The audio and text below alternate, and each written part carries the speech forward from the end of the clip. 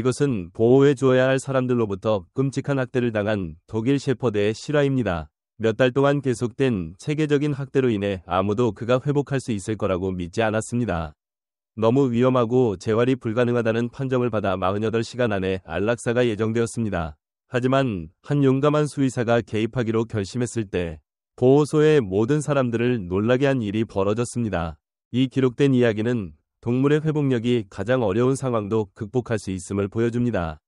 여러분은 앞으로 목격하게 될 변화를 믿지 못할 것입니다.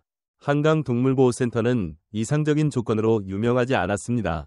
최소한의 예산과 부족한 인력으로 운영되는 이 시립보호소는 항상 만원 상태였습니다. 2022년 1월 불법 개싸움 조직을 단속하는 경찰 작전 이후 보호소는 여러 몰수된 동물들을 받았는데 그 중에는 약 3살로 추정되는 독일 셰퍼드도 있었습니다. 직원들이 태산이라고 이름 붙인 이 개는 끔찍한 상태로 도착했습니다. 앙상해진 몸에는 늑골이 드러났고 오래된 흉터가 주둥이와 귀에 남아 있었으며 텅 빈 눈빛은 몇 달, 어쩌면 몇 년 동안의 학대를 말해주었습니다. 다른 싸움개들이 공격성을 보인 반면 태산은 극도의 두려움을 보이며 우리 뒤쪽에 웅크리고 앉아 사람이 다가올 땜에 떨었습니다. 보호소 야간 근무자 김대현은 문제 있는 동물들을 싫어하는 것으로 유명했습니다. 새로 들어온 동물들을 돌보던 세 번째 날, 보안 카메라에 중요한 증거가 찍혔습니다. 대현은 뒷구역에 아무도 없다고 생각한 채 태산의 우리 앞에 음식 그릇을 들고 다가갔습니다. 아직도 안 먹냐? 이 쓸모없는 놈아. 중얼거리며 그릇을 콘크리트 바닥으로 밀어 넣었습니다. 태산이 더욱 구석으로 움츠러들자 대현은 우리 문을 열었습니다. 그리고는 독일 셰퍼드를 향해 3차례나 발로 걷어찼고 태산은 고통에 울부짖으며 벽에 몸을 오그라들었습니다. 대현이 눈치채지 못한 것은 새로 고용된 수의사 박은주가 몰수된 동물들의 진료 기록을 정리하느라 늦게까지 남아있었다는 사실이었습니다. 문틈에 서서 모든 것을 목격한 은주의 손에서 위료 가방이 떨어지며 쿵 소리가 났고 그제서야 대현은 그녀의 존재를 알아차렸습니다. 박 선생님, 공격적인 놈들 확인하던 중이었습니다. 그는 허둥대며 태산의 우리에서 물러났습니다. 이놈이 음식 갖다 주니까 덮쳤어요. 은주의 시선은 대현에서 웅크린 태산으로 옮겨졌습니다. 걔는 벽에 몸을 붙인 채 오로지 두려움만 보이고 있었습니다. 공격성은 없어요. 그냥 공포뿐이에요. 제가 본 건 그게 아니에요. 그녀는 진정한 분노를 억누르며 단호하게 말했습니다. 그리고 보안 카메라도 제가 본 것과 같은 걸 찍었을 거예요. 대현의 표정이 어두워졌습니다. 이 구역 카메라는 일주일째 수리 중이에요. 기술적 문제라고요. 누구한테 물어봐도 똑같을 거예요. 그의 목소리에는 암시된 위협이 있었습니다. 오직 그의 말과 그녀의 말뿐이었고 그는 이미 5년째 보호소에서 일해왔습니다. 은주는 윤을 피하지 않고 맞섰습니다. 내일 아침 첫 번째로 보고서를 제출할 거예요. 그 전까지는 오늘 밤 이 구역은 제가 맡겠습니다. 대현은 마지못해 떠났고 은주는 천천히 태산의 우리로 다가가 몇 걸음 떨어진 곳에 무릎을 꿇었습니다. 독일 셰퍼드는 경계하는 눈빛으로 그녀를 바라보며 여전히 떨고 있었습니다. 정말 미안해. 그녀는 속삭였습니다. 그런 일이 일어나서는 안 됐어. 다음 날 아침, 은주는 센터장 이성민의 사무실로 향했습니다. 성민은 10년째 보호소를 운영해온 인물로 그녀의 설명을 무표정으로 듣고 가끔 메모를 적었습니다. 박 선생님, 이건 심각한 혐의입니다. 그는 위자에 기대어 말했습니다. 하지만 증거가 없다면 어렵죠. 그 구역 보안 시스템은 지난주 폭우 이후로 고장난 상태였어요. 은주는 이미 예상하고 있었습니다. 카메라 시스템에 IT 로그를 요청했습니다. 공식적으로 고장이라고 보고되었다면 기록이 있을 거예요. 성민의 미묘한 눈짓은 모든 것을 말해주었습니다. 그런 보고서는 없었고 카메라는 고장난 게 아니라 필요할 때 무시되곤 했던 것입니다. 태산을 임시 보호하겠습니다. 은주는 전략을 바꿨습니다. 김대현이 학대한 그 독일 셰퍼드요? 성민의 눈썹이 올라갔습니다. 행동평가팀에서 공격적이라고 판정났어요. 어제 기질 테스트에서 실패했고 내일 안락사 예정이에요. 누구의 평가에 근거한 거죠? 김대현이요? 제가 직접 학대하는 걸 본 그 사람 말이에요. 행동평가 서류를 보고 싶습니다. 성민은 불편하게 서류를 뒤적였습니다. 박 선생님, 새로 오셔서 열심히 하시는 건 알지만 우리는 연간 2.000마리가 넘는 동물을 제한된 자원으로 처리해야 해요. 어려운 결정이 필요할 때도 있습니다. 은주는 굴하지 않았습니다. 공식적으로 태산의 임시 보호를 요청합니다. 보호소 규정에 따르면 수의사로서 저는 그 권한이 있어요. 필요한 서류는 오늘 다 작성하겠습니다. 성민은 그녀를 오랫동안 바라보았습니다. 김대현은 여기서 친구가 많아요. 그와 마지막으로 충돌한 직원은 갑자기 전근 갔죠. 협박인가요? 이 센터장님? 그냥 친절한 조언이에요. 그는 부드럽게 답했습니다. 보호 요청은 승인하겠습니다. 하지만 행동평가 결과는 유효합니다. 2주 안에 개선을 보여주지 못하면 안락사 명령은 그대로예요. 은주가 사무실을 나오자 젊은 켄텔 기술자 정수진이 다가왔습니다. 독일 셰퍼드 데려가신다고 들었어요. 그녀는 주변을 둘러보며 속삭였습니다. 김대현이 다른 동물들도 그렇게 하는 거 봤어요. 왜 아무도 신고하지 않았죠? 은주의 아파트는 큰 개를 키우기에는 이상적이지 않았습니다. 작은 1베드룸에 마당도 없었지만 안전한 공간이었습니다. 그녀는 급하게 기본 용품을 구입했습니다. 쿠션 침대가 있는 크레이트, 밥그릇, 고급 사료, 그리고 몇 주 동안 건드리지 않을 장난감들.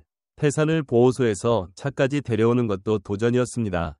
그는 보호소 출구에서 움직이기를 거부했고 은주는 저체중인 70파운드의 몸을 들어 차까지 옮겨야 했습니다. 이제 아파트 문 앞에서 다시 움직이지 않자 그는 너무 심하게 떨려 발톱이 마룻바닥에 딱딱 소리를 냈습니다. 괜찮아. 그녀는 아마 그날 100번은 넘게 말했을 것입니다. 이제 집이야. 여기선 아무도 너를 다치게 하지 않아. 3일 동안 그들은 아슬아슬한 상태로 지냈습니다. 태사는 은주의 화장실에서 안식을 찾았습니다. 변기와 욕조 사이에 끼어있는 모습은 그의 크기에 비해 어떻게 그런 작은 공간에 들어갈 수 있는지 의문스러울 정도였습니다. 그는 은주가 방에 없을 때만 먹었고 밖에 나가는 위험을 감수하기보다는 강아지 패드를 사용했으며 냉장고 소리, 위층 이웃의 발걸음, 먼 사이렌 소리에도 몸을 떨었습니다. 은주는 모든 것을 꼼꼼히 기록했습니다. 그의 식사량, 배변 습관, 스트레스 반응, 그리고 긴 긴장 상태 사이의 짧은 순간들. 수의사로서 그녀는 트라우마를 겪은 동물들을 치료해본 적이 있었지만 태산의 경우는 극단적이었습니다. 학대에 대한 전형적인 심각한 반응이었습니다. 4일째 밤, 봄비가 내리기 시작했습니다. 은주는 화장실에서 나오는 가슴 아픈 울음소리에 깨어났습니다. 태산은 공포에 질려 타일 바닥을 파헤치려 했고 입 주변에 거품이 일었으며 눈은 공포로 커져 있었습니다. 천천히 화장실 바닥에 앉아 그녀는 차분한 목소리로 말했습니다. 천둥은 너를 해치지 못해. 여긴 안전해. 거의 1시간 동안 폭풍이 몰아치는 동안 은주는 차가운 타일 바닥에 가만히 앉아 있었습니다. 점차 태산의 파내는 행동은 느려졌지만 천둥 소리마다 몸을 떨었습니다. 그리고 예상치 못한 일이 일어났습니다. 그는 은주에게 조금씩 다가왔습니다. 직접 접촉하지는 않았지만 처음으로 가까이 오려는 모습이었습니다. 아침이 되자 폭풍은 지나갔고 그들 사이에 미묘한 이해가 생겼습니다. 태산은 여전히 화장실에 있었지만 은주가 아파트를 돌아다니는 모습을 볼 수 있는 위치에 앉아 있었습니다. 아주 작은 변화지만 진전이었습니다. 보호소에서 그날 늦게 은주는 대현이 노골적인 저기를 담은 시선으로 자신을 바라보는 걸 알아차렸습니다. 그 살인마는 어때요? 물어봤어요. 그는 비웃으며 말했습니다. 태산은 지금까지 겪은 걸 생각하면 잘 지내요. 그녀는 담담히 답하고 다른 일을 보러 갔습니다. 망가진 개를 고치려면 2주는 짧아요. 그가 뒤에서 소리쳤습니다. 첫 주가 끝날 무렵 태산은 짧은 시간 동안 거실에 머물기 시작했습니다. 항상 화장실로 도망갈 수 있는 길을 확보한 채였지만요. 이제는 은주가 방에 있을 때도 먹을 수 있었고 주변에 관심을 보이기 시작했습니다. 긴장 상태 사이에 정상적인 개의 행동이 조금씩 보였습니다. 은주의 기록은 점점 더 많아졌습니다. 미세한 진전을 보여주는 일일 영상, 상세한 행동 기록, 그리고 싸움개 재활 전문 수의사 김정호와의 상담까지. 이 모든 것은 재평가의 중요한 자료가 될 것입니다. 태산은 놀라운 회복력을 보이고 있어요. 정호는 화상 상담에서 말했습니다. 하지만 이런 심각한 경우에 2주는 의미 있는 변화를 보기에 너무 짧아요.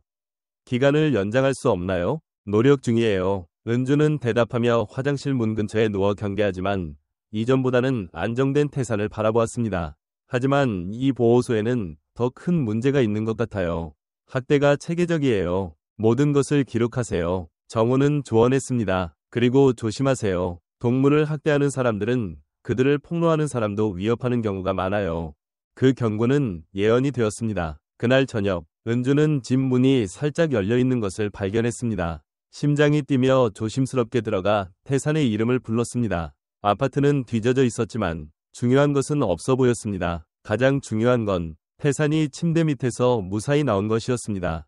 부엌 카운터에는 쪽지가 놓여 있었습니다. 물러나. 다음엔 걔가 사라질 거다. 은주는 즉시 경찰에 신고했고 보호소의 정수진에게도 연락했습니다. 내일 출근하지 마세요. 수진이 경고했습니다. 김대현이 당신에게 교훈을 가르치겠다고 떠들고 다녀요.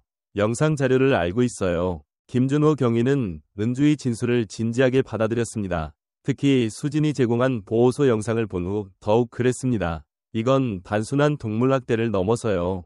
그는 말했습니다. 불법 침입, 협박, 음모 가능성까지 있어요. 순찰차가 정기적으로 확인할 거예요. 태산은 어쩌죠? 은주가 물었습니다. 재평가까지 6일 남았어요. 제가 그가 회복 가능하다는 걸 증명하지 못하면 한 걸음씩 나아가죠. 준호가 조언했습니다. 우선 안전을 확보하는 게 먼저예요.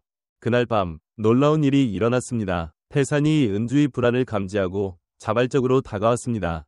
그녀의 다리에 살짝 몸을 기댄 뒤 다시 물러났지만 이전에는 없던 행동이었습니다. 수사는 예상보다 빨리 진행되었습니다. 월요일 아침 주 정부 관계자들이 한강보호소를 압수수색했고 컴퓨터 시스템과 기록을 압류했습니다. 김대현은 출근하지 않았습니다. 급습 소식을 미리 들은 모양이었죠.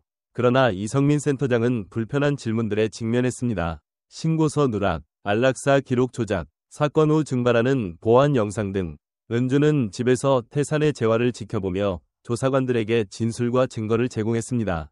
태산의 진전은 느리지만 꾸준했습니다. 이제는 자발적으로 은주에게 다가오기도 했고 문제 해결 능력을 자극하는 장난감으로 먹이를 먹으며 짧은 시간 동안 아파트 발코니에도 나가보았습니다. 준호 경위는 정기적으로 방문해 소식을 전해주었습니다. 김대현은 아직 잡히지 않았어요. 그는 말했습니다. 하지만 학대나 은폐에 가담한 직원 3명을 확인했어요. 사건이 터진 후 전 직원들도 여러 명 나섰죠. 사건은 정말로 터졌습니다. 지역 뉴스에서 보도되기 시작하더니 곧 전국적으로 알려졌습니다. 수십 마리의 동물 학대, 조작된 행동평가로 인한 불필요한 안락사, 보호소 예산 유용, 문제 제기 직원에 대한 체계적인 위협 등이 드러났습니다. 정수진은 중요한 증인이 되었습니다. 그동안 몰래 기록해둔 자료를 조사관들에게 제공했습니다. 더 일찍 행동했어야 했어요. 그녀는 은주에게 고백했습니다. 하지만 직장을 잃을까 봐 무서웠어요. 다들 그랬죠. 중요한 순간에 행동했잖아요. 은주가 위로했습니다. 목요일 아침, 은주는 새로 임명된 임시센터장 박지연에게 전화를 받았습니다. 박 선생님, 태산의 사건을 검토했습니다. 상황을 고려해 안락사 명령은 공식적으로 취소되었어요. 하지만 정식 행동평가를 받을 준비가 되면 해야 합니다. 그에겐 더 많은 시간이 필요해요. 은주가 설명했습니다. 진전은 있지만 트라우마 회복은 직선적이지 않아요. 물론 이해해요. 지연이 답했습니다. 필요한 시간을 다 주겠습니다. 보호소에서의 자리는 계속 열려 있어요. 복귀하시면 큰 변화가 있을 거예요. 그날 오후 은주가 노트북으로 작업하는 동안 태산이 집중해서 자신을 바라보는 걸 알아차렸습니다. 그녀가 눈을 마주치자 태산은 앞문으로 가서 앉아 뒤를 돌아보았습니다. 밖에 나가고 싶어? 은주는 믿을 수 없다는 듯이 물었습니다. 진짜 산책? 아파트 단지의 작은 강아지 공간까지의 짧은 외출이었지만 큰 진전이었습니다. 조사 시작 3주 후 은주는 태산의 살해 평가팀을 만나기 위해 한강보호소에 돌아왔습니다. 시설 자체가 변한 것 같았습니다. 더 깨끗해졌고 체계적이었으며 모든 구역에 새로운 보안 카메라가 설치 중이었습니다. 임시센터장 박지연이 은주를 반갑게 맞이했습니다. 지금 보시는 변화는 시작일 뿐이에요. 그녀는 설명했습니다. 학대 인식 및 신고 의무 교육, 익명 제보 라인, 시민감시위원회를 만들었어요. 그들은 태산이 있던 우리 앞에 멈춰 섰습니다. 지금은 노령의 레브라도 리트리버가 들어있었죠. 태산은 어때요? 지연이 물었습니다. 아무도 예상하지 못한 것보다 훨씬 나아졌어요. 은주는 솔직하게 말했습니다. 김정호 박사는 완전한 재활이 가능하다고 봐요. 물론 정서적 흉터는 남겠지만요. 평가팀 회의에는 수의 행동학자, 트라우마 전문 트레이너, 보호소 관리자들이 참석했습니다. 그들의 접근 방식은 신선하게 철저했습니다. 은주의 상세한 기록을 검토하고 전문가들과 상담하며 태산의 지속적인 회복을 위한 맞춤형 계획을 세웠습니다. 태산의 사례를 교육 자료로 사용할 것을 권고합니다. 팀장 이현우 박사가 설명했습니다. 이런 이야기는 트라우마를 겪은 동물들을 대하는 방식을 바꿀 수 있어요. 은주가 집으로 운전하는 동안 몇 주 전만 해도 상상하지 못했던 가능성들이 머릿속을 채웠습니다. 김대현과 공범들에 대한 법적 조치는 계속 진행 중이었고 더 많은 증거가 나올 때마다 추가 기소가 이루어졌습니다. 보호소 자체도 박지현의 리더십 아래 전면적인 개혁을 겪고 있었습니다. 가장 중요한 건 태산과 다른 위험에 처한 동물들이 마땅히 받아야 할 두 번째 기회를 얻은 것이었습니다. 집에 도착하자 태산이 문 앞에서 기다리고 있었습니다. 이제는 익숙한 모습이 되어버린 그들의 관계에서 점점 더 안정감을 보이는 행동이었죠. 오후 산책은 조용한 공원까지 이어졌고 태산은 안전한 거리에서 다른 개들을 관찰하기 시작했습니다. 극도의 공포 반응을 보이던 과거와는 달랐습니다. 김정호 박사님이 네가 조심스럽게 사회와 선 리안을 시작할 준비가 됐다고 하셔. 은주는 나무 아래에서 쉬며 말했습니다. 천천히, 하나씩이야, 친구. 그날 저녁, 일상으로 돌아온 은주의 전화가 울렸습니다. 준호경이었지만 이번에는 좋은 소식이었습니다. 태산의 원래 주인을 찾았어요. 싸움 조직에 넘어가기 전 은주의 마음이 잠시 가라앉았습니다. 태산을 포기해야 할까요? 이제야 겨우 회복하기 시작했는데 준호가 계속했습니다. 원래 이름은 맥스였어요. 박진우라는 노병이 키우던 개였는데 18개월 전에 도난당했다고 신고했어요. 진우 씨는 3개월 후에 돌아가셨고 그의 딸이 6개월 후 한강동물보호센터의 개역 이후 6개월이 지난 어느 날 은주는 새로 리모델링된 훈련실에서 맥스의 놀라운 진전을 지켜보고 있었습니다. 이제 건강한 체중과 윤기 나는 털을 가진 독일 셰퍼드는 작은 관중 앞에서 차분히 기본 명령을 수행했습니다. 맥스는 적절한 재활이 무엇을 이룰 수 있는지 보여줍니다. 은주는 새로운 자원봉사자들에게 설명했습니다. 처음 왔을 때는 입양 불가 판정을 받고 안락사 예정이었어요. 하지만 지금은 우리가 트라우마 사례를 어떻게 접근해야 하는지 다시 생각하게 해주고 있죠. 보호소는 박지현 센터장의 영구적인 지도 아래 확실히 변했습니다. 안락사율은 62% 감소했고 직원 이직률은 크게 줄었으며 투명한 개혁 이후 지역사회의 지원이 급증했습니다. 가장 중요한 것은 은주가 확보하는 데 도움을 준 기금으로 운영되는 새로운 재활 프로그램이 행동 문제를 가진 동물들을 위한 전문 치료를 제공하고 있다는 점이었습니다. 박 선생님, 맥스의 사례가 정책 변화에 어떤 영향을 줬는지 설명해 주시겠어요? 지연 센터장이 훈련 세션에 합류하며 물었습니다. 은주는 고개를 끄덕이며 다리에 기대어 있는 맥스를 토닥였습니다. 한때 인간의 접촉을 두려워하던 개와는 완전히 달랐죠. 맥스는 우리에게 표준 행동 평가가 공포 기반 반응과 진짜 공격성을 구별하지 못하는 경우가 많다는 걸 가르쳐줬어요. 트라우마를 겪은 동물들은 위험해 보이는 행동을 보일 수 있지만 실제로는 생존 본능일 뿐이죠. 수사의 법적 결과도 혁명적이었습니다. 김대현은 동물학대 및 관련 혐의로 2년형을 받았습니다. 전 센터장 이성민과 2명의 직원은 학대를 방조한 혐의로 집행유예와 사회봉사를 받았습니다. 가장 중요한 건 이 사건으로 인해 전국의 보호소 프로토콜이 재검토되기 시작했고 감독을 강화하는 새로운 법안이 계류 중이었다는 점이었습니다. 훈련 세션 후 은주와 맥스는 주간 약속을 위해 리버뷰 재활센터로 향했습니다. 수의 클리닉이 아니라 맥스가 치료견 자격증을 마치고 있는 곳이었습니다. 아이러니하게도 한때 입양조차 불가능하다고 판정받았던 개가 이제는 트라우마 환자들을 돕고 있었습니다. 우리 가장 훌륭한 팀이 왔네요. 센터장 정미라 박사가 환영했습니다. 오늘은 특별히 만나볼 분이 있어요. 그들은 조용한 정원으로 안내받았습니다. 휠체어에 앉은 한 청년이 경계하는 표정으로 앉아 있었죠. 이분은 이준성 씨예요. 해병대 출신으로 PTSD로 힘들어하고 계세요. 준성 씨, 이분들은 박은주 선생님과 맥스입니다. 은주는 맥스의 미묘한 변화를 알아차렸습니다.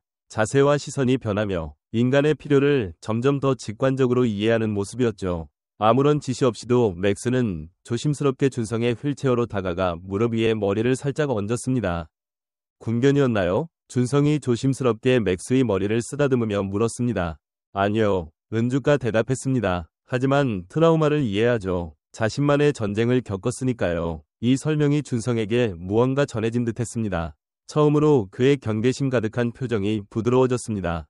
그렇군요. 그가 조용히 말했습니다. 마지막 메시지. 이 이야기가 마음에 들었다면 채널을 구독하고 좋아요를 눌러주세요. 용기와 희망의 메시지를 전하기 위해 이 영상을 공유해주세요. 기억하세요. 우리가 학대에 맞서고 동물들이 치유될 기회를 준다면 그들은 단지 자신의 삶뿐 아니라 우리의 삶까지 변화시킬 수 있습니다.